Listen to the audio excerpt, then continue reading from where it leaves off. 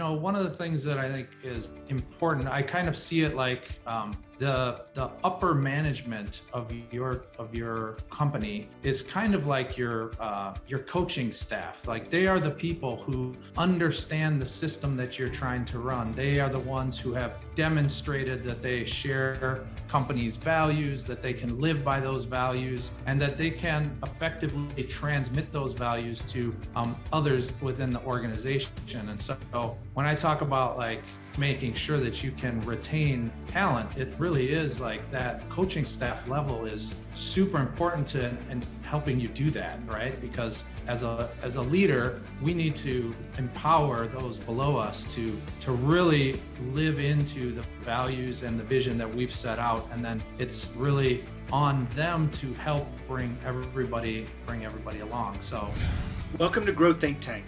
This is the one and only place where you will get insight from the founders and the CEOs of the fastest growing privately held companies. I am the host. My name is Gene Hammett. I help leaders and their teams navigate the defining moments of their growth. Are you ready to grow? Not a CEO out there or any business owner is not feeling the pressure of attracting talent to their company. But today we're not going to talk about attracting talent. We're going to talk about keeping the talent. That is a very special conversation that I really am excited to bring you today. Our special guest is the president and founding member of Augurian. They're a digital agency that really has a really special way of engaging their employees. They've been on the Inc. list twice. Josh Becerra is really something interesting. We talk about baseball inside here that really is a different way to engage people to get recognition and other benefits of that. You'll have to tune in to figure out what baseball means inside of this digital agency and specifically the leadership principles and culture of the company. But I'm teasing here specifically because it really is a sharp, great idea that I think a lot of people can learn from. The whole thing that we've been talking about inside this episode is about keeping your talent, but you want to make sure that you have the right leadership in place at all levels of the company. It's not enough for you to have leadership skills and for your executive team. You want it at all levels. So if you're curious about what does it take to create leadership across the company, let's put together a game plan to see how, what's missing and really figure out what's next. All you have to do is go to genehammett.com and schedule your call. We'll talk about your leadership development, training and development practices and what you want to do to retain your top talent and attract even more talented people. That is what's in this conversation. So just go to genehammett.com and schedule your call. Now, here's the interview with Josh. Josh, how are you? great. Thanks for having me, Gene. Well, excited to have you on the show, talk about talented people and how do we find the right people as your company's growing. Before we get into that, I'd love for you to tell us a little bit about your company, Augurian. There you go. So Augurian is a boutique digital marketing agency located in Minneapolis, St. Paul, Twin Cities area. We basically do paid media, organic search, content marketing, and analytics. We are not a full service agency. I would say we're more like deep into those four key areas instead of being kind of spread thin over all the different areas that full service agencies do. Well, you did something that's hard to do. You made the Inc. list in 2020, but then you followed it up with a lower number. What's the magic behind that? I still think that while we're a digital marketing agency and we do our own marketing, so we actually drink our own Kool-Aid. So there's something there for sure. A lot of it still revolves around reputation, referrals, and relationships. And so, part of being able to continue to grow, part of that is not churning clients, right? Not losing clients. And so I think, we have some great client partners and they stick with us and we just add on top of that. So that's what I think has enabled that. I found the same thing in my business. I won't say it was always like this, but I've been a coach for 10 years. As I started getting to clients that are staying longer and longer, it's much easier to grow. I know it's not rocket science, but for those out there listening, there's some magic to that as you stack on top of the current successes. I want to switch gears and really ask a little bit about your company. Digital marketing is something I've been involved with for ages, 20 plus years, running my own company, hiring a lot of agencies as an executive coach to many digital agencies across my career here. What do you think is on the horizon for digital agencies over the next probably 3 years? That's a great question. I mean, I think, we are living in the context that a lot of people, a lot of businesses are living in. So there's challenges around retaining talent, acquiring and then retaining top talent. I think that that is going to be a challenge that's going to persist for agencies like ours. And so I think, one of the reasons we're talking today is to talk a little bit about how do you try to do that. There's a lot of conversations happening about automation, right? And so, big publishers like, Google Ads, they have been deploying a lot of resources towards automation. And so I think agency owners need to think about how is it that agencies can continue to deliver value to their clients from a kind of strategic consultative perspective versus purely execution. Well, you said something there that's going to be really the focus of our conversation, Josh. It's how do you keep the talent? We know why this is important, but from your perspective of running a company, why is keeping talent so important to your growth of your business?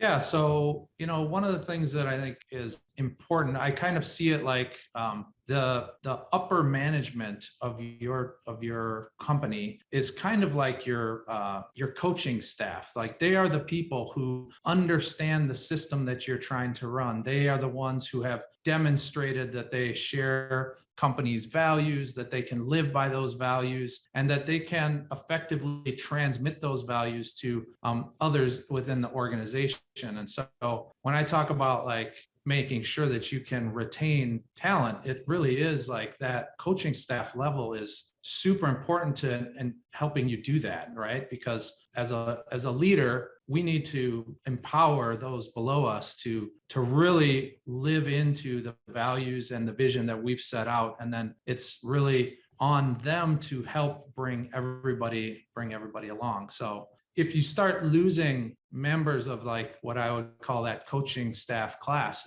it starts to get very difficult. One of the things that we try to do here is to hedge against that is by really helping people grow as quickly as they possibly can, so that if there were transitions to happen at higher levels within the organization, we already have people that we know are living into our values and are in a position that they could step up and take on that next role. I've got to look at this because we've been doing leadership development for a while. And I think a lot of companies will say that they are investing in their employees and that they are growing.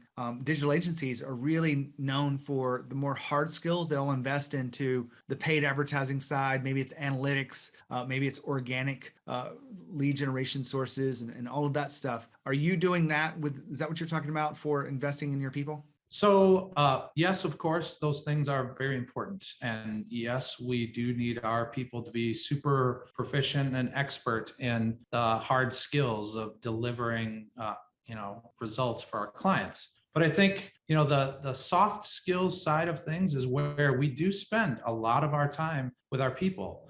We talk about growing our people, clients, and companies so that together we can do extraordinary things. And I think that the most important word in that statement is together. Like we need to be able to celebrate our wins together and lift each other up when we fail. And so there's just a lot more focus on like some of the soft skills. And I think that is also a way to retain people, is by helping them grow not only in their mastery of their craft, but also kind of as a human and their purpose in the world. Our whole conversation today is about keeping the talent. And I think a lot of people are struggling right now. Specifically, they're having trouble attracting talents. There's more jobs available than there are people to work the jobs. Yep. I'm sure you're feeling that pressure as well. Is that true?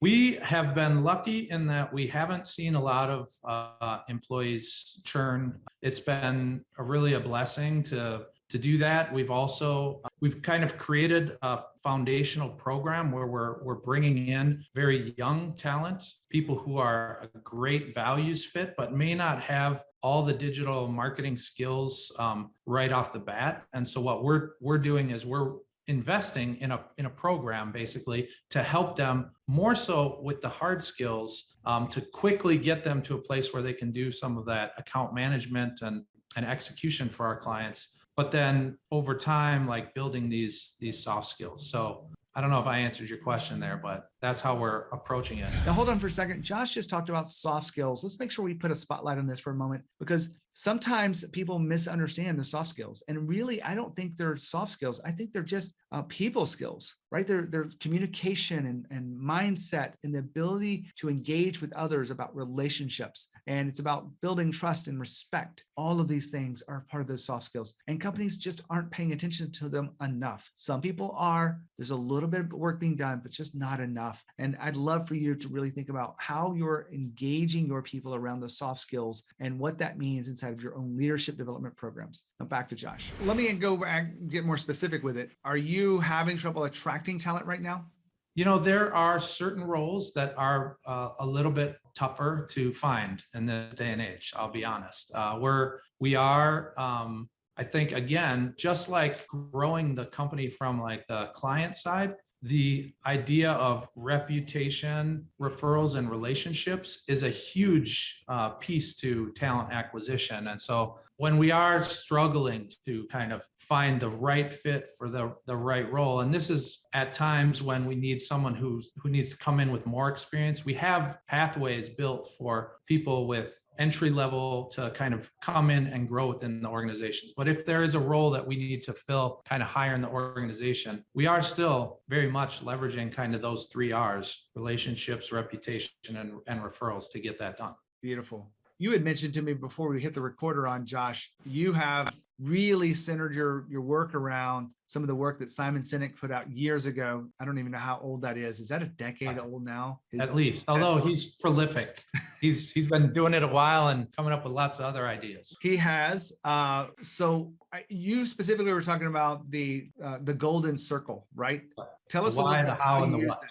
Yeah. So I think in our earliest days, we probably didn't have as much of a focus on this. We were really focused on growth. We were really like operational and really transactional, and we were getting it done. That's not a bad thing, especially in the early days. Like, we just needed to kind of buckle down and crush it. And I think we are moving to where we are bringing in more relational aspects and more kind of versus transactional, transformational aspects into the company. And so recently we have looked back at kind of our founding story and how we got started. And from that, we developed our why, right? And I said it's to grow our people, clients, and companies so that together we can do extraordinary things. And so there are pieces to that statement that really are a reflection of our founding story. And so in order to do that, in order to achieve that why, we have to articulate how is it that we know that we are accomplishing that. And we have about 7 different things that we've stated, things like connecting with people in meaningful ways, learning from every experience, sharing ideas, knowledge, and expertise, operating with integrity and transparency, having confidence in ourselves and others, and building winning strategies. So that's how we are getting to our why. And then our what is, that we're developing the confidence to win in digital marketing one person at a time. And that can be an employee it can be a middle manager. It can be someone on the client side who needs to have confidence. It could be the CEO of the company that needs to really have that confidence in their digital marketing. And so, we believe in that the golden circle, and we talk about it a lot, and we talk about how is it, like, what actions did we take this week that show us that we lived into this. I want to get a little bit deeper into this. Keeping talent was really the focus of today's conversation. Yeah. What are the things that you guys do other than benefits and pay and the training that we've been talking about? Is there anything specific you put your finger on that really allows you to keep this talent? Well, I do think that it's a combination of all of those things, right? So, we are actively looking at where the market is today from a compensation perspective. You got to make sure you're competitive there, because that has to kind of that's like table stakes, of course. We have some pretty interesting, unique benefits and policies around hybrid work from home, unlimited PTO, things like that. And I've heard other companies are doing this. I think it's kind of like when we talk about values, we talk about not only do you need to state them, but you have to live by them. And I think when we talk about like unlimited PTO and things like that, we also make sure that we're delivering on those commitments, and people feel like they can do that without, leaving their colleagues in the lurch, or somehow feeling like that it's not acceptable on the company's behalf. Other things outside of that is really around this idea of growing our people. And so, one unique example that I think is kind of fun for the team is we play what we call baseball. So anytime someone gets a win for a client and they want to share it, they have to produce what we call an at bat, and then they're going up in front of their peers on a weekly basis and sharing their at bats, and then their peers tell them if it's a single, a double, or a triple, or a home run, and then we keep score. So we've kind of gamified this. And we always have winners of baseball twice a year. And so that, I think, is a really fun way to like focus on the way in which the team can share kind of their knowledge and expertise with one another, help each other grow and learn. So we do have some of those other activities, and we have a great culture and do fun stuff and go to breweries and all that kind of stuff too. Josh has talked about living the values. It's not enough to put values on the wall. You want to make sure people live them. This is a day in and day out thing. You're going to go and be able to include values in things like job descriptions, hiring, onboarding, all the way through the development, decision-making, reviews, recognition, and rewarding employees. There's many other touch points behind this, but you want to make sure that you are getting everything you need as it relates to values. Make sure you keep doing this over and over, consistently, repeatedly, until you get tired of it, and then keep doing it more, because this is how people are truly understand what you stand for, and it will help you build the kind of company you want. Live your values. Back to Josh. I love this baseball thing. Did you come up with this yourself, or did you kind of borrow it from somewhere else? So my director of SEO is the one who brought this into the company. So he'd have to answer that. I don't know if he borrowed it from someone, but it's pretty brilliant. And we've adopted it now on all of our teams, and people really do enjoy it. And then it also provides us, from a company's perspective, with like marketing material, right? These are wins that we're getting for our clients. It's like an easy way for us to demonstrate that we drive results. So it's exciting. As an executive coach, I've had to have a lot of conversations about how they're telling the story of success and really impact on the mission. This is a great example, I feel like, where you're getting others to do it. It's not just you standing up there saying, we had a win, because that works at some level, but having them doing it at an individual level, they're taking ownership and sharing these things and having the peer review of learning from them, and all of they know who's an expert in certain areas. Really love this concept. I'll probably talk about it from time to time as everything goes on, but thanks for sharing that today. And the other side of it, I'll tell you, is so, the wins that get shared publicly, like through our website and things, we kind of strip out the names of the companies, and we kind of make them sound a little bit more vanilla, but we take that same win and we present that back to our clients in a way that's more digestible, kind of a more well-designed PDF, so that they can also celebrate these wins with us, with their data and knowing, their name and their company goals and objectives. And then that can get shared kind of and circulated within their company to some other departments. So the people even inside our client in-house, people are able to now share wins that they can be proud of as well. As we wrap up today's conversation, keep the talent is a challenge, I think, for a lot of leaders. What would you say to people that maybe are having a problem right now with turnover, or just really trying to figure out, how do we get ahead of this? What are your wise words there, Josh?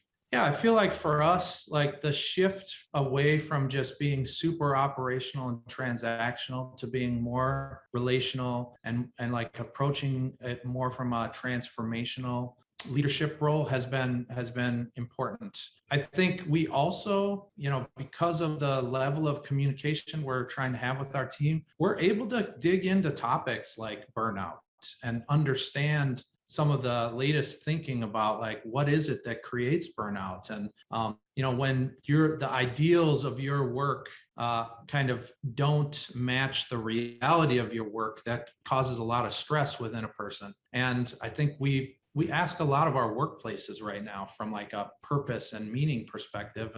And so we have some of the harder conversations about like, how is it that you're finding dignity outside of work? Like, what is it that you're doing outside of work where you're finding dignity, so that your dignity doesn't only come from your work life, profession, and workplace? And so, yeah, it's a little bit more people heavy, but I'm a big believer in leaning into those things and helping people like unpack some of that for themselves, because I think that's what people in the end are looking for from employers, is just a little bit more of a honest, authentic, vulnerable conversation. And if you can do that effectively, I think you retain talent at a much greater rate. I think a lot of people underestimate what you just talked about, and they really prioritize the strategies and execution of everything. And I get it. We've got to make money. We've got to execute and serve clients, and those things are absolutely important. But creating a place where people can excel, do their best, and grow,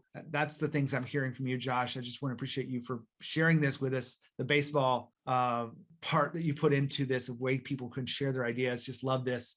Thanks for being here and sharing your wisdom. Yeah, it's been great, Gene. I really appreciate the invite. Wow, what a great interview. Josh just really brought a lot of value, and specifically this reference to how they use baseball and at bats inside the company. My take on this is it's really smart to be able to share the wins of your employees and the clients, and doing it in this structure. I really like the way it's the simplicity of it is really just magical. So all the other things we talked about in here, keeping the talent, about the benefits and the pay structures, are very important, but you want to make sure you have a place where people feel safe and they're really exploring their ability to be themselves and grow at the same time. And that's what keeps people at the company that they really are. It really is necessary for you as a leader. So if you have any questions whatsoever about these strategies and the leadership development aspects that I mentioned earlier, really would love to talk to you. Just go to genehammett.com and schedule a call. Inside that call, we'll create a game plan for you. It'll outline everything you need to know,